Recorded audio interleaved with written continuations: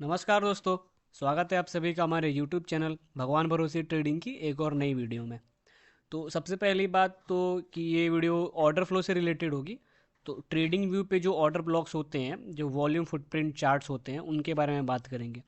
और इससे इम्पॉर्टेंट चीज़ ये है कि ये सिर्फ उन्हीं पे काम करेगा जिनके पास ट्रेडिंग व्यू का प्रीमियम वर्जन है। ठीक है। तो अगर आपके पास प्रीमियम वर्जन नहीं है तो आप निंजा ट्रेडर भी यूज कर सकते हो। वहाँ पे थोड़ा कम पैसा लगता है, ट्रेडिंग व्यू की प्रीमियम में ज़्यादा पैसा लगता है। तो ये बेसिकली कंपैरिजन वीडियो है कि जिनके पास निंजा ट्रेडर की ऑलरेडी प्रीमियम है वो ट्रेडिंग व्यू का प्रीमियम ले या ना ले या उसी से काम चलाएं, इन दोनों में फ़र्क क्या है, उसके ऑर्डर फ्लो और इसके ऑर्डर फ्लो में कितने तरह के सेटिंग्स होते हैं, कौन कौन सी चीज़ें हैं जो क्या उसमें बेहतर है जो इसमें नहीं है, बेसिकली कंपेयर करते हैं। तो चूंकि एक वीडियो में हो नहीं पाएगा तो सबसे पहले ना ट्रेडिंग व्यू की बात करते हैं। इसमें ऑर्डर फ्लो देखेंगे कि क्या है क्या नहीं है, क्या डिमेरिट है, क्या इसके फ़ायदे हैं। इसके बाद जब सेकंड पार्ट आएगी तो उसमें हम निंजा ट्रेडर की बात करेंगे। ठीक है। तो पहली बात तो बेसिकली मैं मान के चलता हूँ कि अगर आप ऑर्डर फ्लो यूज़ कर रहे हो तो आपको बेसिक नॉलेज होगी इसकी, ये फुटप्रिंट चार्ट की। तो देखो सबसे पहले क्या करना है कि आपको इन वाले इंडिकेटर में तो नहीं जाना है, इस वाले चार्ट सेक्शन में आप एरो पे क्लिक करना। तो आपको ना यहाँ पे वॉल्यूम फुटप्रिंट चार्ट आ जाएगा। ठीक है। पहली बात तो हम एच लगा देते हैं। ये रही हमारी एच चार्ट। ठीक है। हमें इसको वॉल्यूम फुटप्रिंट चार्ट कर दिया हमने यहाँ पे ऐसे। अब यहाँ पे हमें नंबर्स दिखाई देने लगे। जब आप पहली बार करोगे तो आपको नंबर्स नहीं दिखाई देंगे, चार्ट्स कुछ ऐसे दिखाई देंगे। ठीक है। तो आपको ना सेटिंग करना है, आप क्या करना है कि जैसे आपको नंबर्स चाहिए तो इसको जूम करो यहाँ से और यहाँ से, तो आपको नंबर्स दिखाई देने लगेंगे। ठीक है। और इनमें भी अलग अलग तरह के नंबर्स होते हैं तो उनकी बात करते हैं। सबसे पहले ये कि जो ये ग्रीन साइड है ये आपका बायर साइड है और ये रेड साइड सेलर साइड है। मतलब यहाँ पे सारे ऑर्डर्स बाई के लगेंगे, यहाँ सारे ऑर्डर सेल के लगेंगे। तो ऐसा नहीं है कि ये सारे ऑर्डर मार्केट प्राइस पर बाई ही हो रहे हैं, ये कुछ कुछ पैसिव ऑर्डर भी लगे रहते हैं। तो अब आप उसका आपको पता ही होगा। फिर नीचे देखते हैं हर एक बार का समरी हमारे पास डेल्टा है, इसमें बायर और सेलर के बीच का डिफरेंस बताता है। और टोटल यानी कि ये वॉल्यूम है, इस प्रॉपर एक बार पे कितनी वॉल्यूम आई हुई है। तो आपको वॉल्यूम लगाने का मैनुअली ज़रूरत नहीं पड़ेगा। अब इसकी सेटिंग की बात करते हैं। सेटिंग ओपन करने के लिए नॉर्मल सी किसी भी चार्ट पर डबल क्लिक कर दो, आप सेटिंग ओपन हो जाएगा। अब इसमें हम कर क्या सकते हैं, सबसे पहले रो साइज़। तो आपके पास ना रो साइज़ ऑटो दिया होगा, तो आप उसको पहली बात तो मैनुअल सेलेक्ट कर लेना। क्योंकि ये जो रो साइज है ना ये इसकी प्राइसिंग से सेलेक्ट होते हैं। कोई भी स्टॉक की जो प्राइस है ना यहाँ पे ये वेरी करता है रो साइज को, यानी टिक्स पर रो हमारी इस प्राइस से डिपेंडेंट रहती है। तो ये सारे स्टॉक की प्राइस अलग होती है तो आपको सब में चेंज करना होगा। अगर आप निफ्टी बैंक निफ्टी ट्रेड करते हो तो आपको फिर दिक्कत नहीं होगी, आप उसमें सेम रख सकते हो। ठीक है। क्योंकि आप ट्रेड अगर अलग अलग स्टॉक करोगे, जैसे एस करोगे तो वो 800 900 का स्टॉक है, ACC 2100 का है, तो इन दोनों में फ़र्क हो जाता है। ठीक है। दूसरी चीज़ यहाँ पे आप ये जो कलर्स हैं ये आपकी बाई और सेल साइड की कलर्स है, ये चेंज होते रहेंगे। जैसे इसको हमने येलो कर दिया तो आपको देखो कुछ चीज़ें यहाँ पे येलो हो गई। फिर हमने इसको इसको चेंज कर दिया सियान कलर के, तो कुछ चीज़ें यहाँ पे ये हो गई। तो ये अलग अलग बेसिकली ग्रेडियंट कलर बताते हैं, तो हमें उससे कोई मतलब नहीं है। सबसे आसान है कि आप सेलर साइड सारी रेड रखो और ये जो बाई बैकग्राउंड है वो सारी ग्रीन रखो। इससे ना हमें एक ओवरव्यू मिल जाता है कि सेल साइड और बाई साइड का। ठीक है। अब हम वॉल्यूम एरिया पे आते हैं। तो volume sorry value area, I am really sorry. Value area हमेशा 70% ही रहता है, उसमें कोई चेंजेस नहीं होती है। उसके नीचे हमारी पीओसी है। देखो पीओसी वो होती है ना जो किसी एक बार पे, किसी एक पर्टिकुलर बार पे, यहाँ पे देखो इसको ना ऐसे कर देते हैं। किसी एक पर्टिकुलर बार पे जो बाई साइड और सेल साइड मतलब जो एडजेसेंट साइड है इनमें ना सबसे ज़्यादा जो टोटल वॉल्यूम आया रहता है उसमें एक वाइट कलर की पट्टी बन जाएगी, ये पीओसी होती है।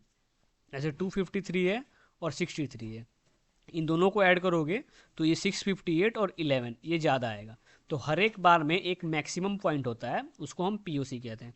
इस पीओसी का क्या सिग्निफिकेंस है ये तो आपको ऑर्डर फ्लो जो चलाते होंगे वो जानते ही होंगे, वरना अगर ऑर्डर फ्लो की पूरी कोर्स की वीडियो अगर आएगी तो मैं बता दूंगा कि पीओसी होती क्या है। ठीक है। इसमें मेन चीज़ ये है कि जो मेरी ट्रेड सारी जनरेट होती है वो सिर्फ और सिर्फ VSA से होती है। ऐसा आप ये मत बिल्कुल सोचना कि मैं ऑर्डर फ्लो भी ट्रेड करता हूँ, ये नहीं।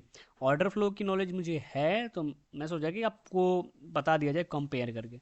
ऐसा नहीं है कि ऑर्डर फ्लो पे आप ट्रेड लेने लग जाओ, VSA छोड़ दो। ट्रेड सारी VSA से ही जनरेट होंगी। ठीक है। आगे बात करते हैं इम्बैलेंस की। ये हमेशा 300 रहता है, ठीक है, इसमें छेड़खानी मत करना, इम्बैलेंस हमेशा 300% होता है। ये होता क्या है, buy side as compare to sell side. अगर इन दोनों के बीच में 300% का फ़र्क होगा तो ना आपको यहाँ हाईलाइट हो जाएगा। देखो मैंने हाईलाइटिंग ऑफ करके रखी है, आप ऑन कर सकते हो। यहाँ पे ऑन करके भी आपको दिखाता हूँ, हाईलाइट इसको ऑन कर दिया। अब देखो यहाँ पे साइड में ना आपको कलर दिखने लगेंगे, इसको ना आप ऐसे देख लो। यहाँ पे मैं घेर देता हूँ, ठीक है। देखो यहाँ पे ना आपको कलर्स अभी दिख रहे हैं, अभी वो दिखने बंद हो जाएंगे। जैसे हमने इसको हाईलाइट को ऑफ कर दिया तो यहाँ पे जो कलर दिख रहा था वो बंद हो गया आपका, ठीक है। तो हमें ना हाइलाइट्स आप ऑन कर सकते हो, ये इम्बैलेंस बताता है।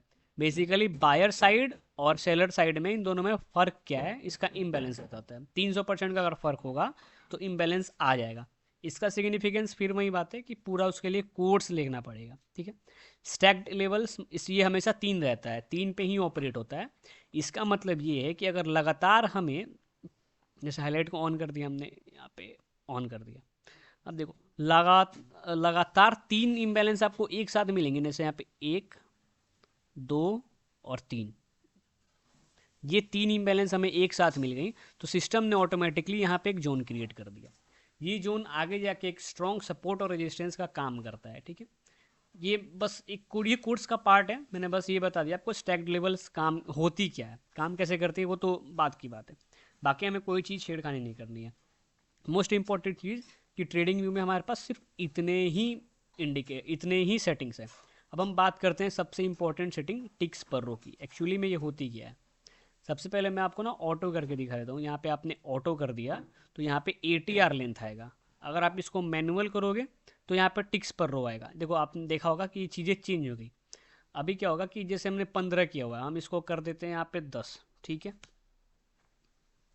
अब 10 करेंगे तो ये नंबर्स और डेप्थ में आएंगे। आप ध्यान से देखना, जैसे जैसे चेंज करोगे वैसे वैसे ये चेंज होता। अब हमने 10 से हटा के इसको हम 30 कर देते हैं। देखो पीछे फिर चेंज हो जाएगा आपका। देखो ब्लॉक्स बड़े हो गए। अब ये ब्लॉक्स बड़े छोटे क्यों हो रहे हैं, इसके पीछे सिंपल सी लॉजिक है कि जो भी यहाँ पे नंबर है वो ऑटोमेटिकली 0.05 से मल्टीप्लाई होता है, ठीक है। अब ये मल्टीप्लाई क्यों होता है, इसके पीछे का रीज़न क्या है, तो 30 से अगर 0.05 मल्टीप्लाई करते हो आप तो हमारे पास आता है सॉरी 1.5, ठीक है। एक सेकेंड यहाँ पे आता है हमारे पास 1.5। अब देखो 1.5 है क्या, यहाँ एक ब्लॉक से, यानी कि ये ब्लॉक यहाँ ख़त्म हो रही है और यहाँ ख़त्म हो रही है, तो इन दोनों के बीच का जो साइज है वो 1.5 रुपीज़ है। मतलब कि ACC का एक ब्लॉक हमें 1.5 रुपीज़ यानी 1.5 रुपये पे बनेगा। इसको ऐसे समझ लेते हैं सीधा, ये रहा यहाँ से यहाँ तक। देखो मतलब कि ACC अगर 2101 रुपये 45 पैसे पर ट्रेड कर रहा है तो हमें ब्लॉक दूसरी तब तक नहीं बनेगी जब ये इसमें 1.5 रुपीज़ और ऐड ना हो जाए। मतलब अगर 2101 रुपये 45 पैसे बन रहा है तो इसको ACC को कम से कम 2103 रुपये पे जाना पड़ेगा, तब जाके यहाँ पे एक और ब्लॉक क्रिएट होगी। तो ऐसे में क्या होता है ना कि बहुत सारे इन्फॉर्मेशन छूट जाते हैं आपके। तो ये एडवाइजेबल रहता है कि हमें ब्लॉक्स नॉर्मल करने चाहिए, यानी कि जो इसका प्राइस है उससे हमेशा कम ही रखना है, बहुत ज़्यादा कम नहीं करना है। एक अंदाजे से जैसे ये 2100 का स्टॉक है तो हमने लगभग 17-18 कर दिया। अब ये 17 कर दिया, अब ये ब्लॉक्स छोटी हो जाएंगी। तो देखो यहाँ पे हमें इन्फॉर्मेशन अब ज़्यादा मिल रही है। पहले हमें इस पॉइंट पे कितनी बाई सेल है वो मिल रही थी सिर्फ एक नंबर से ही, ठीक है। अब हमें इस पॉइंट पे 2 नंबर मिल रहे हैं तो हमारे पास डिटेलिंग ज़्यादा है, ठीक है।